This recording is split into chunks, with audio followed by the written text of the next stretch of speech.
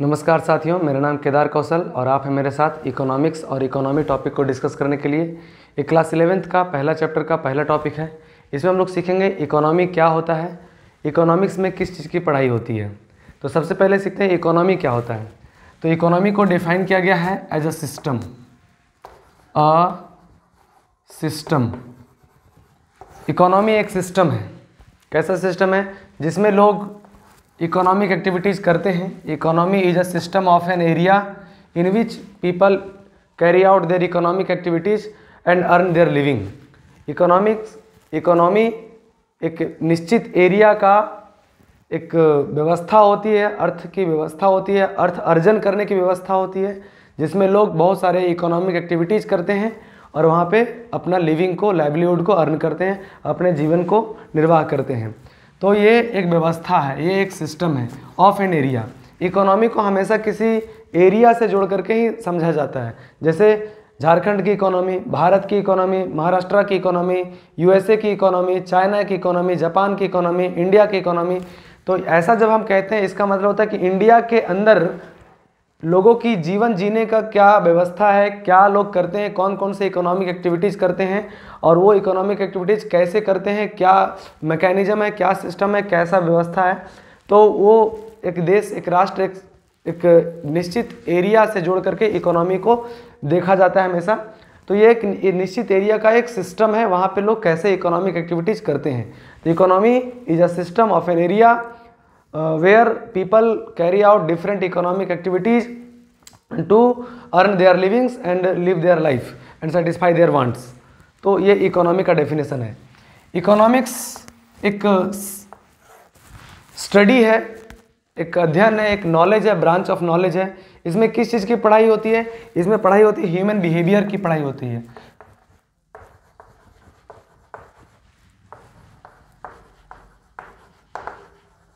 Human behaviour, economics में human behaviour को पढ़ा जाता है। कौन से human behaviour? Those human behaviour which are related to which human being undertake to earn their livings. वैसे ह्यूमन बिहेवियर जो ह्यूमन बीइंग कैरी आउट करते हैं अपने लिविंग को अर्न करने के लिए। लिविंग मीन्स अपने लाइवलीहुड्स, जीवन जीने के लिए जो भी रिसोर्सेज चाहिए उसको अर्न करने के लिए जो भी बिहेवियर उनका होता है उस समय, उस वही बिहेवियर को हम स्टडी करेंगे। तो economics is the study of human behaviour which they undertake to earn their wealth, to earn resources, to satisfy their wants. तो ये चीज़ें हम लोग इकोनॉमिक्स से पढ़ते हैं। बायोलॉजी में हम लोग क्या पढ़ते हैं? बायोलॉजी में हम लोग पढ़ते हैं कि जितने भी ऑर्गेनिजम्स हैं धरती पे, उस ऑर्गेनिज्म में कैसे उसका बॉडी फंक्शन काम करती है, उसका डिफरेंट ऑर्गन्स जो बॉडी में है वो कैसे वर्क करती है, तो वो बायोलॉजी में स्टडी करते हैं। केमिस्ट्री में हम लोग स्टडी करते हैं chemical properties of, chemical behaviour of या केमिकल प्रॉपर्टीज ऑफ मैटर। और फिजिक्स में क्या स्टडी करते हैं? फिजिक्स में स्टडी करते हैं मेजरमेंट ऑफ नेचुरल फिनोमेना। तो उसी प्रकार से इकोनॉमिक्स में स्टडी करते हैं ह्यूमन बिहेवियर्स को। वैसे ह्यूमन बिहेवियर्स जो वो अर्निंग से रिलेटेड, वेल्थ अर्निंग से रिलेटेड, रिसोर्सेस अर्निंग से रिलेटेड जो वो करते हैं वेल्थ को अर्न करने में, वैसे ह्यूमन बिहेवियर्स को इकोनॉमिक्स में स्टडी किया जाता है। तो इकोनॉमिक्स का डेफिनेशन एक सारांश में कहेंगे, economics is the study of human behaviour which they undertake to acquire resources and utilise that resources in such a manner that they can maximise their wants, they can maximize their satisfaction, they can maximize their satisfaction and satisfy their wants, that is economics। और economics का जो dictionary meaning है, dictionary में economics को बोला है science. That science which is related to science means knowledge। Science means basically a systematic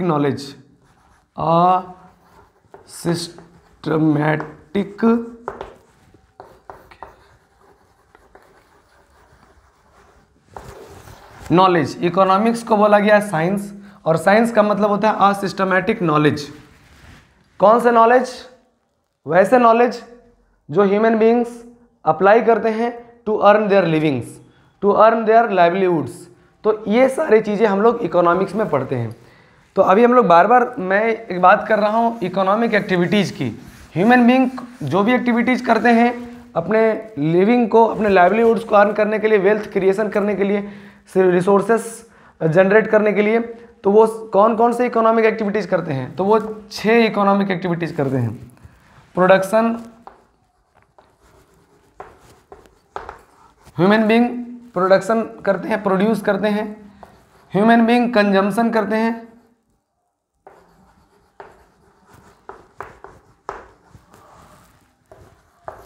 human being distribution में involve हैं।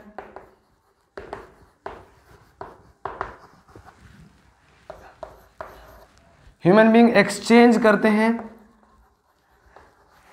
ये सारे इकोनॉमिक एक्टिविटीज हैं। ह्यूमन बीइंग इन्वेस्टमेंट एक्टिविटीज में इन्वॉल्व हैं और 6 पब्लिक फिनांस।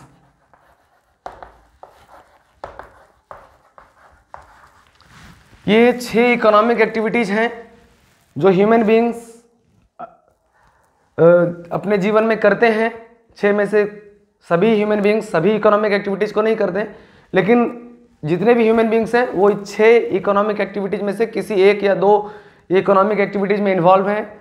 और ये वो अपने जीवन में इसलिए करते हैं, अपने जीवन में जितने भी उसके वांट्स हैं, नीड्स हैं, उसको सेटिस्फाई करने के लिए।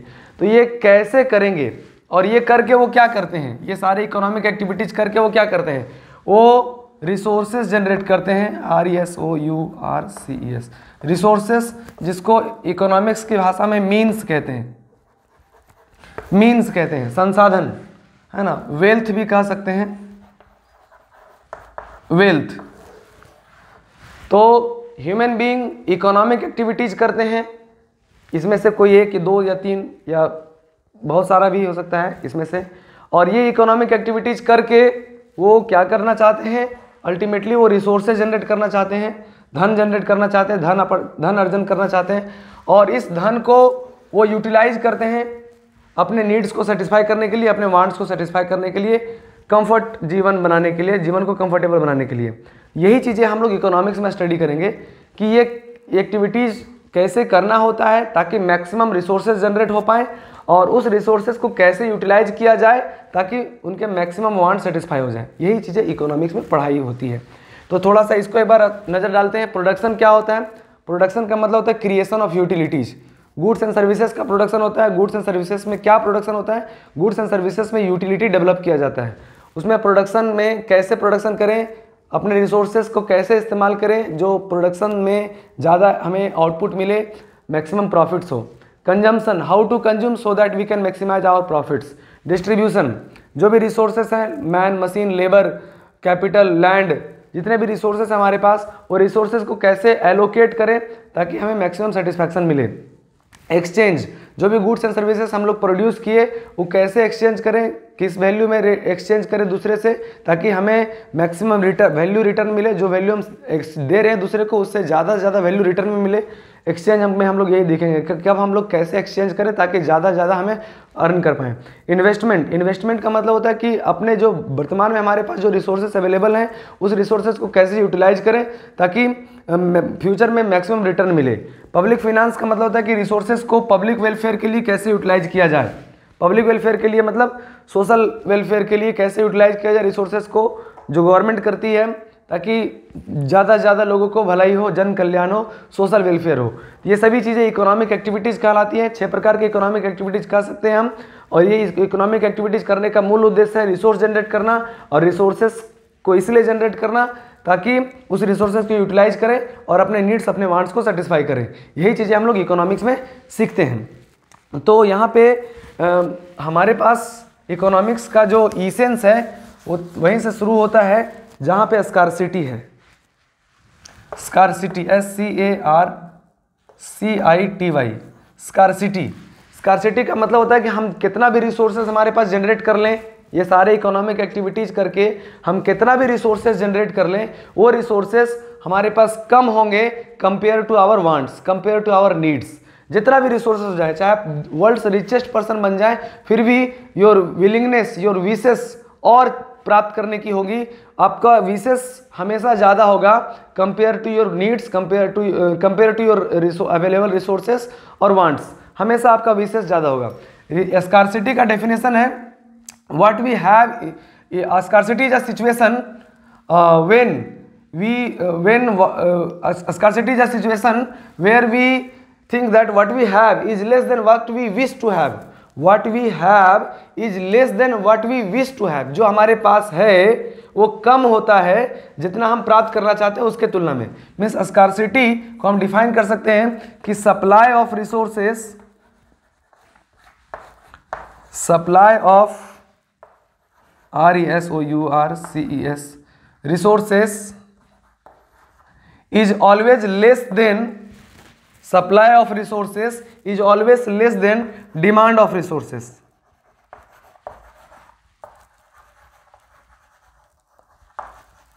ये हमेशा ये लागू होता है और इसी सिचुएशन को स्कार्सिटी कहते हैं।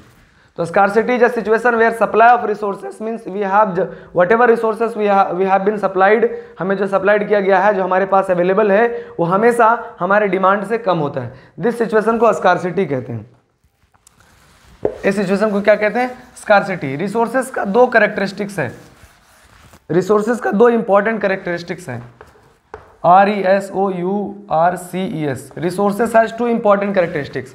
First, it is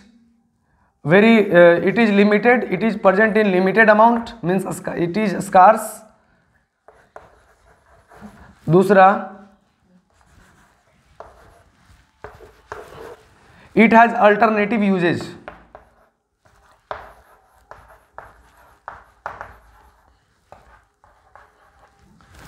रिसोर्सेस का दो characteristics, it is limited means there is resources is limited amount, present in limited amount, and it has alternative usage.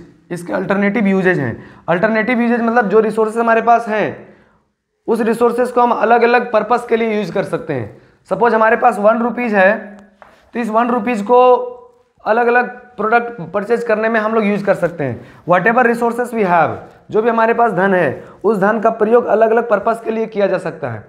तो हम कौन सा पर्पस के लिए प्रयोग करें, है ना, ये हमें चॉइस, यहाँ पे हमारे पास एक दूसरा चीज़ आता है choice making, selection, choice making, selection. तो हमारे पास जब दो कैरेक्टरिस्टिक्स है, लिमिटेड है और अलग अलग यूज है, तो किस काम में लें? चॉइस।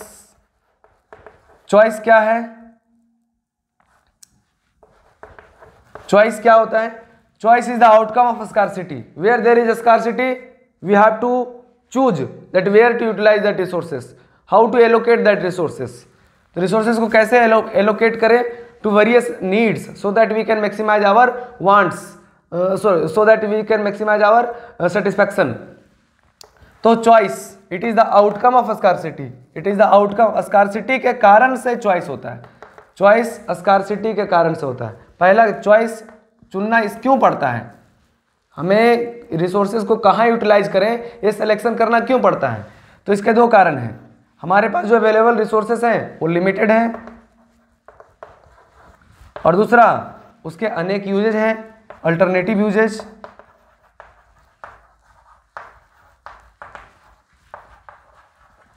तो दो कारण से हमें चॉइस बनाना पड़ता है।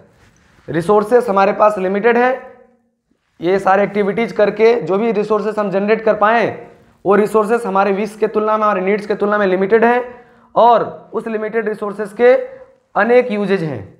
तो हमें चॉइस बनाना पड़ेगा कि उस रिसोर्सेस को कहाँ यूटिलाइज करें। तो पूरे इकोनॉमी में 3 लोग हैं, एक है कंज्यूमर, दूसरा है प्रोड्यूसर, और तीसरा है तीसरा जो है वो गवर्नमेंट, हाँ गवर्नमेंट कह सकते हैं, गवर्नमेंट, GOVERNMENT, गवर्नमेंट। कंज्यूमर्स हैं इकोनॉमी में, प्रोड्यूसर्स हैं और गवर्नमेंट हैं इकोनॉमी में। ये 3 लोग ही हैं जो ये सारे एक्टिविटीज़ करते हैं। तो कंज्यूमर्स ये एक्टिविटीज़ करके जो भी रिसोर्सेज जनरेट करता है वो इकोनॉमिक्स में उसे बताया जाता है कि आप अपने रिसोर्सेज को कैसे एलोकेट करें to your various needs so that you can maximise your satisfaction. तो consumers wants to maximise his or her satisfaction after allocating that available resources to its various needs. Producer wants to maximize his profits or her profits to utilize the production factors, to allocate the production factors. And governments wants to maximize social welfare to utilize that resources. So ये सभी लोग ये सब काम करना चाहते हैं resources को यूटिलाइज करके। कैसे करेंगे ये लोग? How to allocate that resources, यही चीज़ें इकोनॉमिक्स में पढ़ना है। How to allocate that available resources so that consumer can maximise their satisfaction, producer can maximise their profits and consumer can government can maximise social welfare.